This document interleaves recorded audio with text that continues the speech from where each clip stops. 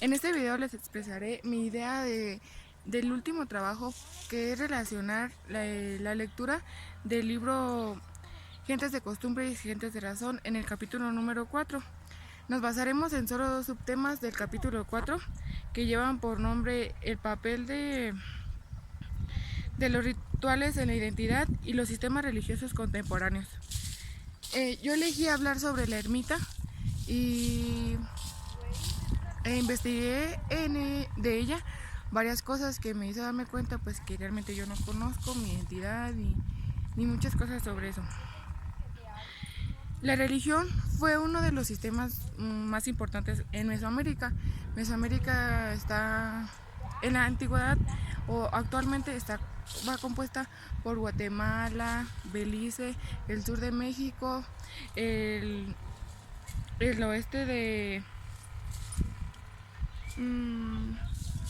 Honduras, en el territorio en el cual se desarrollaron los olmecas, los mayas, los zapotecas, entre otros, que aportaron muchas riquezas económicas, de salud, religiosas, que es en la que yo me voy a basar. Los habitantes de los territorios mesoamericanos desarrollaban diferentes estrategias sociales para actualizar y dinamizar en el mundo social. En México se registra una gama extensa de amplias manifestaciones y rituales. Los conocemos por los santuarios que en la actualidad aún consisten de la cultura azteca y de la cultura maya. En México es muy común el realizar fiestas comunales con cultos a un santo patrono o generalizar las misas, las fiestas que incluyen pues como una fiesta de alegría, pues están compuestas de varios factores que han incluido a la comunidad ya dentro de la religión. Durante la Semana Santa es también uno de los más importantes aquí en México, que es donde adoran o donde hacen una réplica, etcétera, de cómo fue que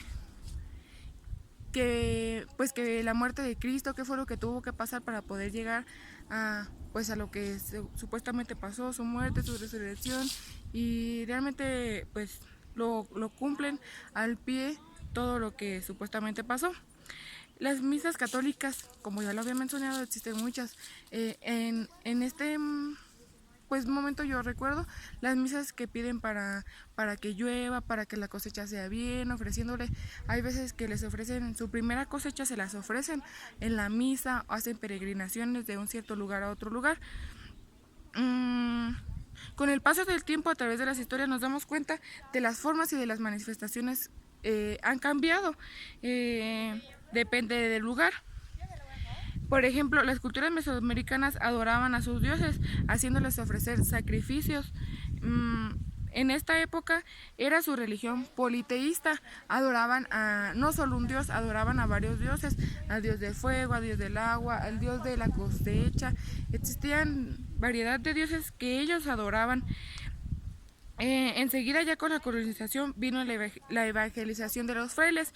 Llegaron los españoles a evangelizar a la gente que vivía en estos lugares.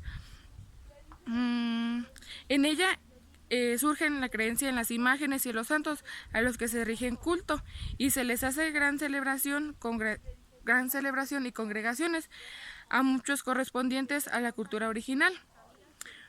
Como muchos, también los santuarios aún se conservan. Son santuarios antiguos, pero que ahora en la actualidad son católicos, ya con el régimen que ahora los españoles les trajeron a México. Esto ha sido posible debido a la construcción de símbolos originales de las culturas originales. Se tuvo que crear una nueva simbolización para apoderarse y entonces poder lograr pues el catolicismo que en la actualidad ya tenemos. Hay lugares en los que predomina el catolicismo. Es el caso de la ermita. Fue el tema que yo elegí. La ermita, la Nueva Jerusalén, está formado por un grupo de fieles católicos que se alejaron de lo católico original para crear su religión católica a su manera. La ermita está ubicada en el municipio de Turicato, Michoacán. Como es de esperarse, no todas las religiones y comunidades la religión juega un papel fundamental. Algunas tienen una fuerte devoción por lo religioso, como es el caso de este grupo, que tiene como patrono a la Virgen del Rosario, aunque no es reconocida a nivel diócesis ni a nivel pues católico, no está reconocida el tener como patrona a la Virgen del Rosario en esa entidad. Como ya se los mencionaba, no es reconocida a nivel diócesis ni a nivel católico, ya que Papá Nabor, el líder de esa comunidad, pierde su valor ante la Iglesia Católica. ¿Por qué? Porque hizo varias cosas que no cumplían los regímenes de esto. En su tiempo fue excomulgado Papá Nabor por las instituciones por sus ideas ultraconservadoras y ultrarradicales en el año de 1973, cuando una anciana campesina, Gavina Sánchez, se le apareció supuestamente la Virgen de Rosario pidiéndole que crearan un santuario para ella, que hicieran una iglesia, un lugar donde ella fuera adorada. Este fenómeno de la aparición de la Virgen del Rosario ante Gavina Sánchez nunca ha sido reconocido por la religión. Esto provocó que rompieran oficialmente los lazos que tenía la iglesia porque estaban en contra de ella. Papá Nabor, al Gavina se presentó a Papá Nabor. Esto para Papá Nabor fue algo que lo hiciera salir adelante, porque a él en su antepasado su mamá le hizo creer que él debería ser grande, porque él era primo de Lázaro Cárdenas. Entonces le comentaba a los dos siempre: tú y Lázaro Cárdenas van a llegar a ser unas personas grandes. En ese momento, cuando a la señora se le apareció la Virgen del Rosario, Lázaro Cárdenas era presidente. Entonces Nabor se sentía una persona inútil, un miserable, y toma esto como algo para potenciar. Él siempre había querido ser papa. Entonces le manda al presentársele a la señora, pues él queda sorprendido y manda una carta a la diócesis de Tacámbaro y diciéndole que lo adoraran y que le dieran el valor que él tenía, porque él era papa. Y le mandó una carta al Papa Sexto para decirle que ahora él iba a ser el nuevo papa. Igual,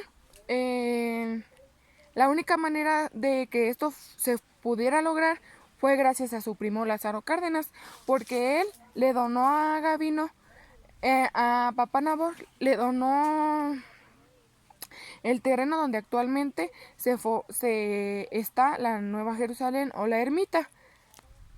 Ok, ya que se creó la Nueva Jerusalén, Papá Nabor se llevó a gente católica de su antigua parroquia, la llevó a donde ahora sería la ermita, juntando con ellos pues como mil miembros de ermitaños. Esos ermitaños con el tiempo fueron invitando a más gente hasta lograr 5,000 personas que fueran habitantes de esa comunidad. Al ser creada ya oficialmente la Nueva Jerusalén, Papá Nabor crea un sistema católico en el que él selecciona a obispos, arzobispos, catequistas, capilleros, todo lo que se ocupa para pues poder tener en alto una iglesia o un lugar en donde adorar. Entonces él se tomó el tiempo para poder hacerlo y tener pues quien estuviera de su lado y quien lo apoyara en esos casos. En esta iglesia, en este régimen de la Nueva Jerusalén, es es tanto que la gente se involucra en la religión. Papá Nabor tiene que ver mucho en la vida de las personas. Hace que los hombres trabajen hasta 14 horas de trabajo en un día para poder solventar o que lo que ganan pues sea para ellos. Hace que las señoras se la pasen dentro de la iglesia para que nunca dejen sola a la Virgen. O sea, tiene mucho poder Papá Nabor, o pues tenía mucho poder. El Papá Nabor hacía también que las personas votaran por el partido político que era de su elección, provocando que la gente votara por el partido que que él eligiera. No era tanto como algo libre o como debe de ser, pues secreto. Aunque él en su totalidad no era del todo líder, él estaba acompañado por una vidente que para sus visiones la más importante o la que más relevancia tuvo fue la del fin del mundo en 1980, que fue pasando posteriormente a diferentes años hasta la última visión que tuvo fue, creo, en el 2000.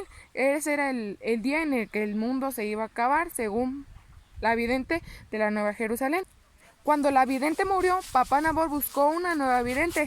Era una jovencita de 16 años que se llamaba Mamá María de Jesús.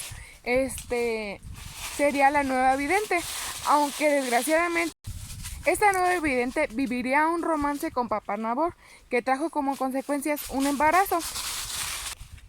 Ellos tuvieron un acuerdo en el cual dirían que el hijo que ella esperaba era un hijo engendrado por Dios, lo que mucha gente de la comunidad no creyó. Para esto, a los que no creyeron fueron expulsados y a la jovencita fue mandada supuestamente a París, donde ha sido vista varias veces.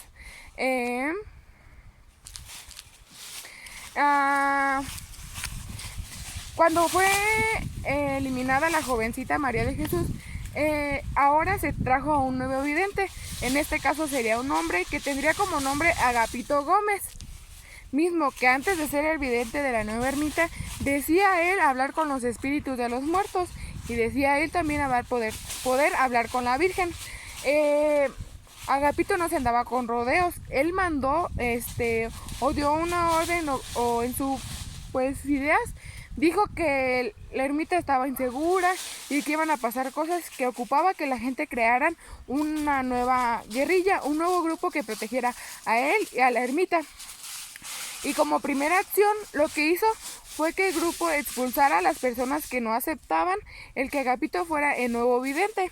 Entonces fueron expulsadas muchas personas con todo y sus pertenencias. Solo los dejaron irse con la ropa que en ese momento traían puestas y lo demás quedó a poder de los habitantes de la nueva ermita.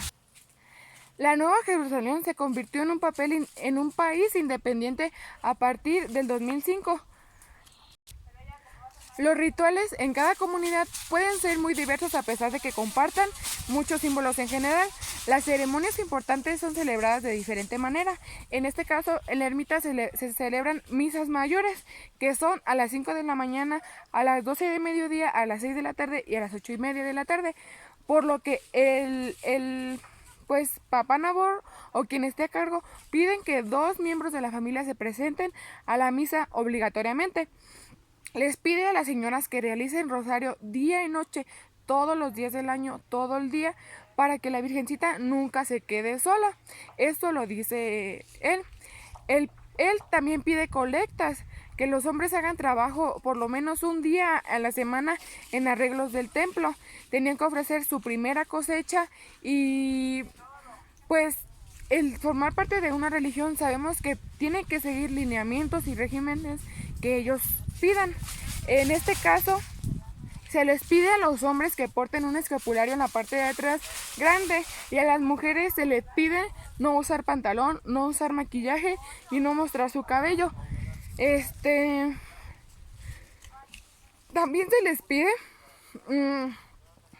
que tengan su cuello cubierto. La verdad no lo sé por qué. Para los niños les piden que no jueguen fútbol, pero ellos lo realizan a escondidas. Está prohibido tener celular, internet, televisión, ningún medio por el cual se puedan ellos informar. Otras de las cosas que también están prohibidas es tener relaciones sexuales a menos de que sea para procrear un hijo. Agapito fue acusado de violación sexual a niñas y adolescentes de la comunidad, que por desgracia quedaron embarazadas y fueron expulsadas. Agapito fue encarcelado, pero posteriormente salió libre. En el año 2008, Papá Nabor muere, pero en su plena muerte, 2 personas pelean por su puesto, Santiago el Grande y Martín Tour. Queda como el que quedó el puesto fue Santiago el Mayor, pero tiempo después,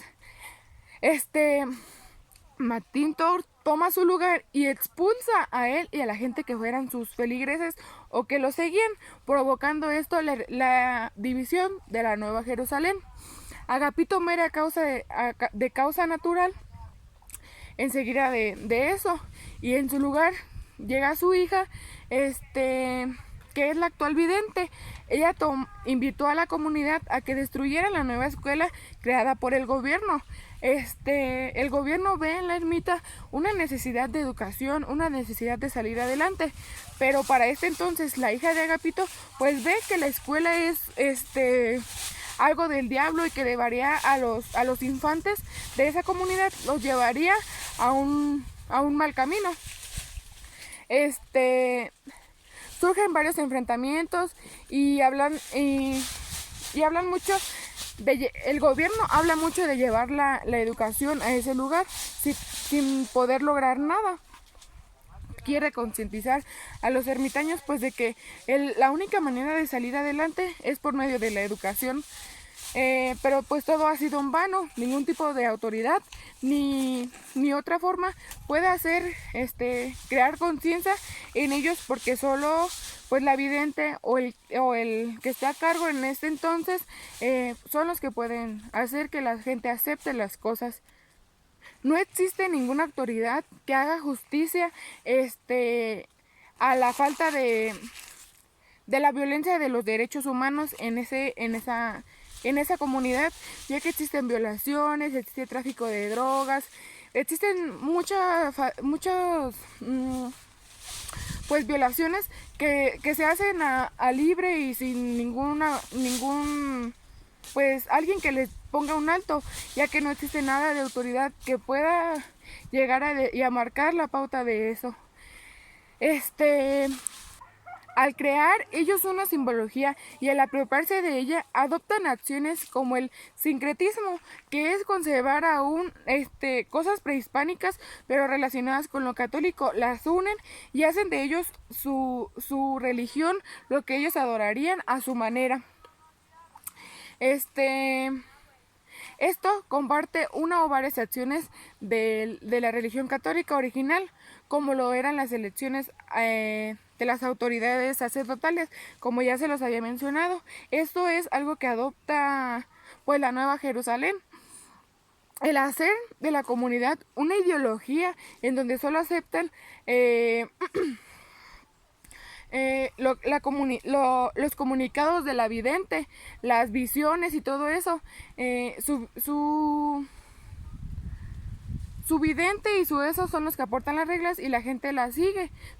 Sus costumbres, ideologías que han hecho de los ermitaños seres no preparados, seres dominantes y sometidos a solo lo que ellos digan.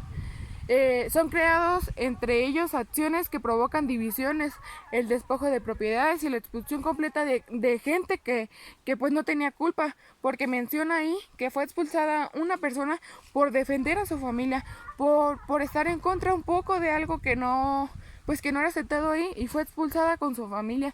Fue pues golpeada de manera muy fea y otra vez expulsada de la comunidad sin sus pertenencias y solo su familia.